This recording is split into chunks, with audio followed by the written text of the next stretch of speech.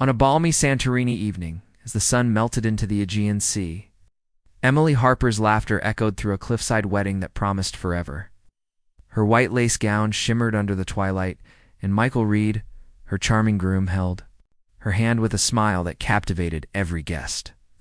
By midnight, they were alone in their luxury villa, toasting to a new life. But when dawn broke, Emily was gone, her phone, purse, and shoes left behind like relics of a ghost. Her husband's alibi was too perfect, the resort staff too nervous. As detectives unraveled a web of lies, a secret affair, and a deadly cover-up emerged, revealing a truth that would haunt the idyllic Azure Cove Resort forever. This is the chilling true crime story of a honeymoon that ended in betrayal.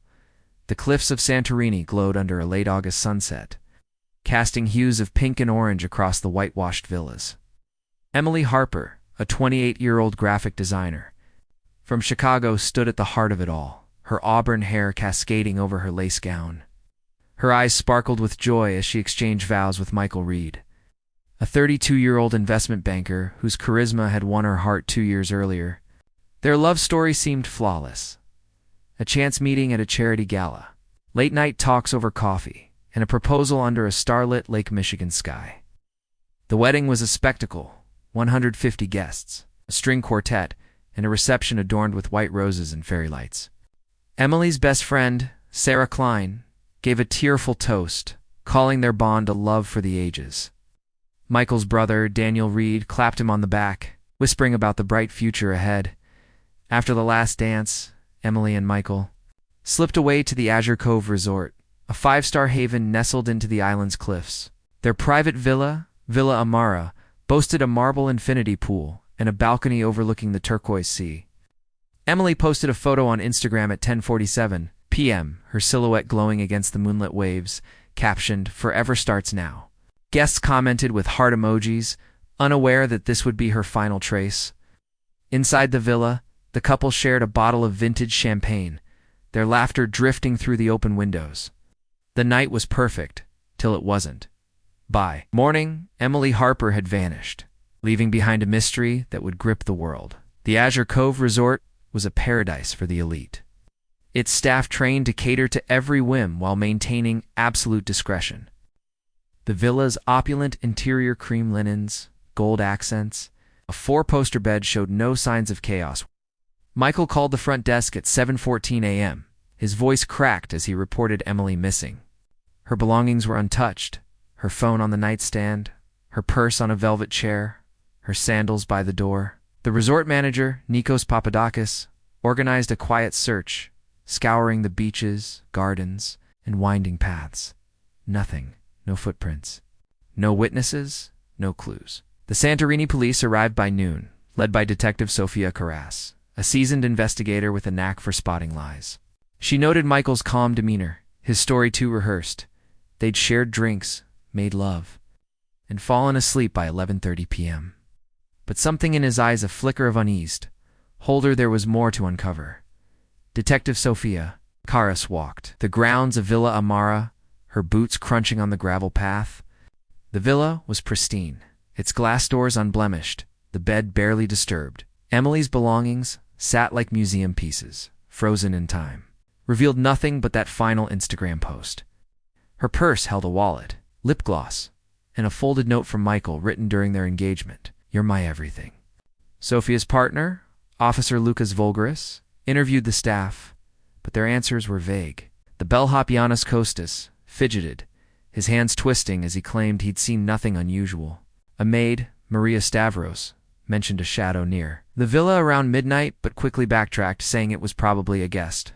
Sofia sensed fear in their hesitance, as if the resort itself was hiding something. The search expanded. Divers combed the waters below the cliffs, while volunteers scoured the island's rugged trails. The media descended, their headlines screaming, "Honeymoon horror, bride vanishes in paradise." Emily's parents, Margaret and Thomas Harper, flew in from Chicago, their faces etched with grief. They described Emily as vibrant, cautious, not the type to wander off alone. Michael, meanwhile, played the distraught husband, his tailored suit rumpled as he faced cameras. He recounted their evening with precision. Dinner at the resort's rooftop restaurant, A walk under the stars, then back to the villa. But Sophia noticed inconsistencies. Michael claimed they'd opened a second bottle of champagne, yet only one empty bottle was found. The resort's security cameras, conveniently glitchy that night, offered no clear footage. As days passed without leads, the case grew cold. But Sophia's instincts screamed that the truth lay closer than anyone realized. The Azure Cove Resort became a pressure cooker. Guests whispered about the missing bride, their vacations tainted by the mystery. Nikos Papadakis, the manager, insisted the resort was safe, but his staff's unease was palpable. Giannis, the bellhop, avoided eye contact, while Maria, the maid, took sudden leave. Sophia's team dug into the resort's records, finding nothing but glowing reviews and a history of flawless service. Yet a groundskeeper, Kostas Dimitriou, let slip that he'd seen a man near the cliffs at 1 a.m., carrying something heavy. He couldn't identify him in the dark, and fear of losing his job kept him quiet. Sophia filed the detail away, her suspicion growing. The perfect facade of the resort and Michael's story was starting to crack. Detective Sophia Carraz turned her focus to Michael Reed. On paper, he was the ideal husband, a rising star at a Chicago investment firm, generous with charities, and adored by Emily's friends. But Sophia knew perfection often hid flaws. She subpoenaed his financial records, uncovering a trail of red flags. In the 6 weeks before the wedding, Michael had withdrawn $45,000 in cash, spread across multiple transactions. His explanation: wedding expenses didn't add up. Emily's parents had covered most costs. Private investigator hired by Margaret Harper accessed Michael's laptop remotely, finding a folder of encrypted emails. Decoded, they revealed cryptic messages to an unknown contact. It's handled. She won't know. Sophia's pulse quickened. Who was he hiding from Emily? Back at the resort, Sophia re-examined the security footage. Most cameras had malfunctioned that night, but one grainy clip from a distant pathway showed a figure in a dark hoodie moving toward the cliffs at 1:03 a.m. The hoodie matched one packed in Michael's suitcase, found neatly folded in the villa. Sophia confronted him, but he claimed it was a common brand, insisting he'd been asleep. Meanwhile, the staff's behavior grew stranger. Nikos Papadakis, the manager, became defensive, refusing access to employee records. Giannis, the bellhop, was caught slipping a note to a coworker, which Sophia intercepted. "Don't talk. They're watching." The concierge, Elena Marcos, quit abruptly, leaving a scribbled message in her locker. "I know too much." Sophia sensed a conspiracy. But the pieces weren't connecting yet. Emily's family pushed for answers. Sarah Klein, her best friend, revealed that Emily had seemed anxious in the weeks before the wedding, mentioning Michael's late-night phone calls and secretive behavior. Sarah had dismissed it as pre-wedding jitters, but now she wondered. Thomas Harper, Emily's father, hired a forensic accountant who found another anomaly. Michael had recently purchased a $2 million life insurance policy on Emily, effective the day after the wedding. The beneficiary? Michael read Sophia's. Team scoured the villa again, finding a tiny scratch on the balcony railing, barely noticeable. A lab test was ordered, and Sophia waited, knowing the smallest clue could break the case wide open. A week into the investigation, a woman named Claire Vargas stepped into the Santorini police station, her hands trembling as she clutched a coffee-stained envelope. Claire, a 30-year-old marketing executive, had worked with Michael at his Chicago firm. She confessed to a year-long affair, one that began with stolen glances in boardrooms and ended in secret hotel meets. Michael had been obsessive, showering her with jewelry and promises to leave Emily. When Claire ended the affair 3 months before the wedding, he grew erratic, sending late-night texts begging her to reconsider. Claire handed over her phone, revealing a chilling message from Michael, sent at 2:17 a.m. on the night Emily vanished. "It's done. We're free." Sophia's blood ran cold.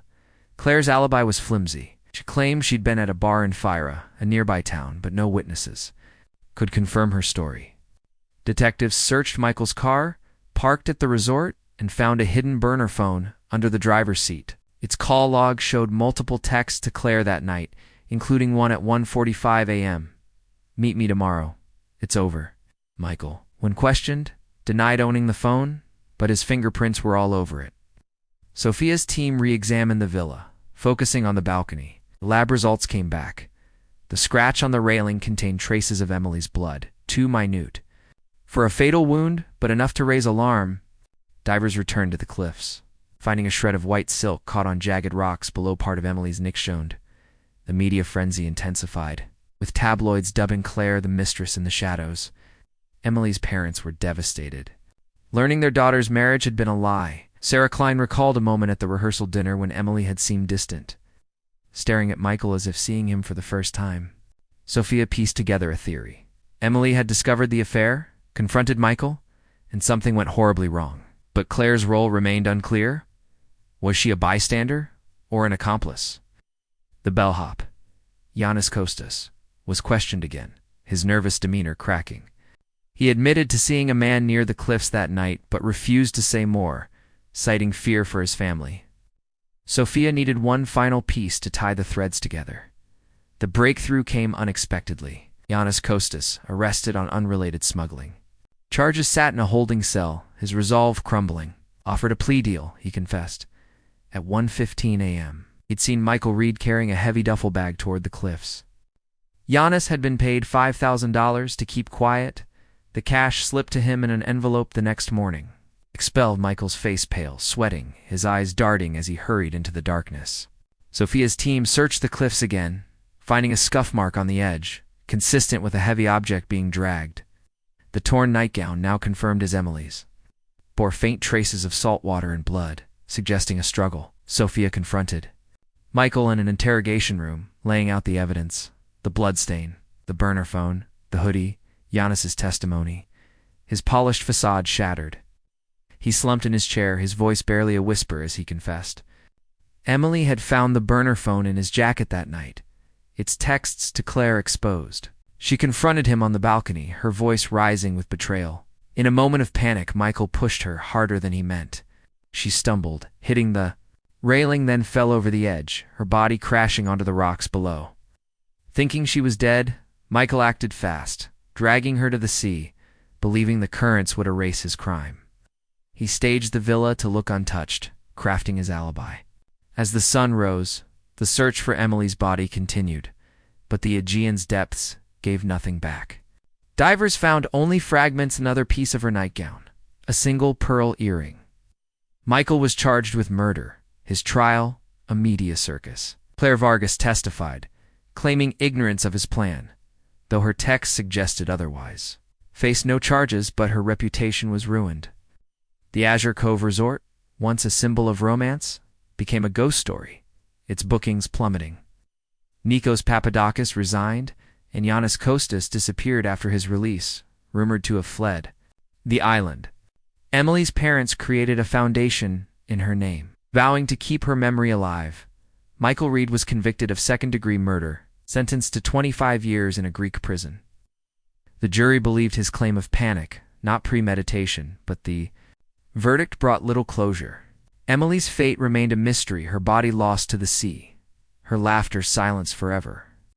The villa where it all began, Villa Amara, was shuttered, its balcony now a grim landmark.